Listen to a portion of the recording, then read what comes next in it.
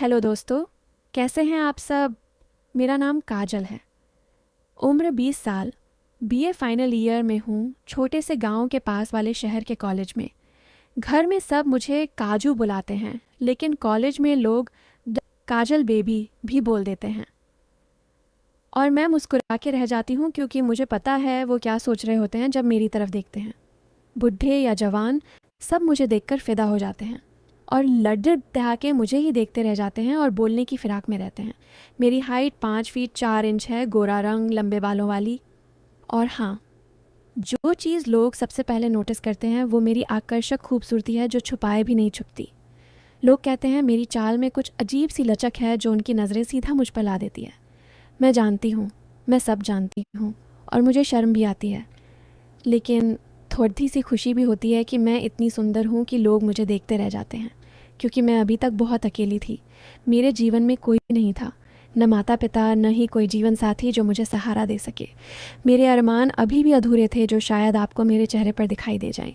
कई लोगों ने मुझसे जिक्र भी किया, पर मैंने अभी तक इन सब पर ध्यान नहीं दिया था। हालांकि मैं अंदर ही अंदर चाह तो रही थी अपने अरमान पूरे करना, पर कभी सोचा नहीं था कि आगे चलकर ऐसा होगा। आज मैं आपको ऐसी कहानी सुनाने जा रही हूँ जिसमें मेरी ज़िंदगी बदल दी। मैं क्या थी और मैं क्या बन गई। अब बात उस शख्स की जो मेरी ज़िंदगी में आया और पूरी तरह से घुस गया। उनका नाम विक्रम सर था।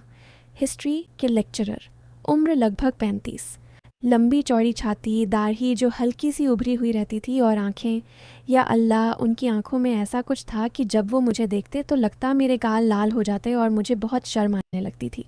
वो क्लास में आते और मेरी नज़र उन पर ही रहती। कोई इतना शांत और मधुर कैसे हो सकता है।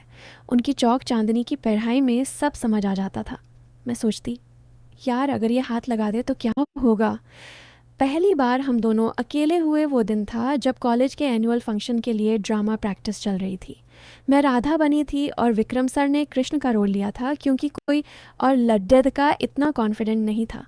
प्रैक्टिस के लिए हम लोग कॉलेज के पुराने ऑडिटोरियम में चले गए, जहाँ कोई नहीं आता था। वहाँ सर ने मुझे पहले दिन ही पकड़ी DDH लिया था, मतलब हाथ से। वो मोर पंख ठीक से माथे पे नहीं बैठ रहा काजल, उन्होंने कहा, और मेरे बिल्कुल पास आ गए। उनकी सांसें तेज़ थीं, गर्दन पे लग रही थीं। उन्होंने मोर पंख ठीक करने के बहाने अपनी उंगलियां मेरे माथे से गर्दन तक फेर दीं। मैं वहीं खड़ी रह गई। दिल ज़ोर ज़ोर से धक धक रहा था। उनकी उंगलियों ने मोर पंख लगा तो मैंने धीरे से आंखें बंद कर लीं। लग रहा था अब कुछ होगा, अब कुछ होगा। लेकिन सर ने सिर्फ मुस्कुरा के कहा, राधा को इतना शर्माना नहीं चाहिए काजल, कृष्ण के सामने तो बिल्कुल खुल जाना चाहिए। मैं समझ गई थी, वो मुझे चिढ़ा रहे थे, मजाक कर रहे थे, और मैं भी अंदर से पूरी शर्मा गई थी। उस दिन के बाद हम दोनों के बीच एक खेल शुरू हो गया। वो कुछ बोलते, मैं समझ जाती, मैं कुछ करती, वो समझ जाते। ड्रामा प्रैक्टिस के दौरान एक सीन था जिसमें कृष्ण को राधा के पैर छूने थे। सर ने प्रैक्टिस में इतना रियल किया कि उनका हाथ मेरे पैरों पे से होता हुआ थोड़ा सा ऊपर तक लग गया। मैं सांस रोक के बैठी रही। उन्होंने धीरे से कहा, काजल, ये सीन में इमोशन चाहिए, बिल्कुल रियल वाला। तुम रेडी हो ना? मैं बोली, मैं बिल्कुल रेडी हूँ। उनकी आंखें मेरी आंखों में घुसी जा रही थीं। लग रहा था अभी यहीं ऑडिटोरियम में ही हम दोनों खुलकर नाच लेंगे और सब कुछ बयां कर देंगे। उन्होंने अपना हाथ बढ़ाया और कहा, उठो। अच्छा, कितना रेडी? मैं बस मुस्कुरा दी और शर्म से पानी पानी हो चुकी थी। फिर भी कुछ नहीं हुआ। सर ने हाथ हटा लिया और बोले, चलो एक बार और प्रैक्टिस करते हैं। ऐसे ही दिन बीतते गए। हर प्रैक्टिस में कुछ न कुछ होता। कभी सर मेरे डांस स्टेप्स ठीक करते, कभी मेरी स्क्रिप्ट पे हाथ रख के डायलॉग बोलते, कभी वो धीरे से कुछ कहते जिससे मेरी सांसें अटक जाती। मैं हर बार सोचती, आज तो हो जाएगा, आज तो पक्का कुछ होगा, लेकिन कुछ नहीं होता था। एक दिन प्रैक्टिस के बाद बहुत देर हो गई थी। सब लोग चले गए थे। सर ने कहा, काजल, तुम्हारे घर वाले परेशान होंगे, मैं छोड़ दे देता हूँ। मैं बोली, सर घर तो दूर है और रात भी हो गई। उन्होंने मुस्कुरा के कहा, कोई बात नहीं, मेरी गादी में बैठो, मैं पूरा सेफ छोड़ दूंगा। मैं समझ गई थी पूरा सेफ का मतलब क्या था। दिल जोर से धधक रहा था। गादी में बैठते ही सर ने ऐसी फुल कर दिया। ठंड बहुत थी, मुझे बहुत ठंड लग रही थी। मेरी गर्दन अकड़ीटा रहने लगी थी। सर की नज़र मुझ पे पड़ी थी। उन्होंने धीरे से कहा, काजल, ठंड लग रही है क्या? मैं शर्मा के बोली, थोड़ी सी ठंड लग रही है बस। उन्होंने अपनी जैकेट उतारी और मुझे पहना दी। जैकेट में उनकी खुशबू थी। मैं पूरी तरह से थक गई थी। फिर उन्होंने गादी साइड में लगाई और बोले, काजल, एक बात पूछूं?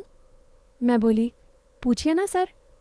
उन्होंने मेरे हाथ में गर्म पानी की बोतल दी और बोले, तुम्हें मेरे साथ प्रैक्टिस करते हुए अजीब तो नहीं लगता? वैसे कॉलेज में बाकी बच्चे तुम्हें कुछ कहते तो नहीं ना? अगर कोई कुछ बोले तो तुम मुझे बताना। मेरा दिल ज़ोर से धधका। मैं चुप रही। उन्होंने मेरी तरफ देखा। मैं महसूस कर सकती थी कि वो कितने गंभीर थे। उन्होंने धीरे से कहा, काजल, अगर तुम चाहो तो। मैं सांस रोक के बैठी थी। उनका हाथ सीट बेल्ट पर था। धीरे धीरे ऊपर बारिश रहा था। मैंने आंखें बंद कर लीं। लग रहा था अब बस हो गया, अब कुछ भी हो सकता है। तभी उनका फ़ोन बज गया। उन्होंने झटके से हाथ हटा लिया। फ़ोन पे उनकी बीवी थी। वो बोले, हाँ जी, बस अभी पहुंच रहा हूँ। हाँ, काजल को छोड़ रहा हूँ। उस रात कुछ नहीं हुआ, लेकिन मेरे दिल में सवालों की आग लग गई थी। फिर ऐसे ही महीने बीत गए। हर बार लगता कुछ होने वाला है और फिर कुछ नहीं होता। सर मुझे घर छोड़ देते, कभी कभी रास्ते में रुक के बातें करते, मेरे साथ प्रोजेक्ट फाइल्स में देते, मेरी हर तरह से मदद करते, लेकिन आगे नहीं बढ़ते। मैं भी उनके पास जाती, उनसे अपने सवाल पूछती और मदद लेती, उनकी खुशबू सूंघती, लेकिन वो बस मुस्कुरा देते। एक दिन मैं पूरी तरह से टूट गई। प्रैक्टिस के बाद मैं उनके केबिन में चली गई, दरवाज़ा बंद किया और सीधे उनके सामने खड़ी ही थी हो गई। सर, आप ऐसा क्यों करते हो? उन्होंने मुस्कुराते हुए पूछा।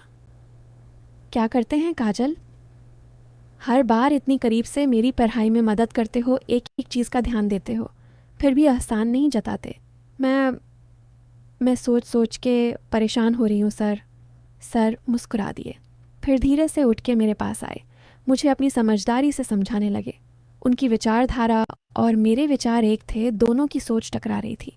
उन्होंने मुझसे धीरे से कहा, काजल, मैं तुम्हें आगे बढ़ता देखना चाहता हूँ। तुम मेरी सबसे अच्छी स्टूडेंट हो। मैं तुम्हें सिर्फ लायक बनाना चाहता हूँ, पूरी तरह से। मैं रो पड़ी डर थी उनकी बातों से। फिर उन्होंने मुझे बैठाया और पूरी बात बताई। असल में सर का ट्रांसफ़र होने वाला था। वो कहीं दूर जा रहे थे। उन्होंने कहा, मैं तुम्हें इतना ज्ञान देना चाहता हूँ कि तुम्हारी ज़िंदगी बर्बाद न हो। तुम्हें पढ़ना है, आगे बढ़ना है। तुम मेरी वजह से कहीं रुक जाओ, ये मैं नहीं देख सकता। मैं रोती रही। उन्होंने मेरा आंसू पोंछा और बोले, लेकिन जाने से पहले मैं तुम्हें एक चीज़ देना चाहता हूँ जो तुम्हें हमेशा याद रहेगी। मैंने सोचा, अब तो हो गया। लेकिन सर ने अपनी जेब से एक पेन निकाला, एक बहुत पुराना कीमती पेन। बोले, ये मेरा वो पेन है जिससे मैंने अपनी पहली किताब लिखी थी। अब तुम इससे लिखना। तुम में बहुत टैलेंट है काजल। तुम एक दिन बहुत पीडी राइटर बनोगी। ये पेन तुम्हारा है। मैं हक्का बक्का रह गई। फिर सर ने मुझे अपना साइन करके ऑटोग्राफ दिया, बिल्कुल बाप की तरह से, और बोले, मेरी बेटी समझ के गले लगा रहा हूँ, जाओ दुनिया जीत के आओ। उस दिन के बाद सर चले गए और मैं आज भी उसी पेन से लिख रही हूँ। वो ड्रामा, वो सुपरहिट हुआ था।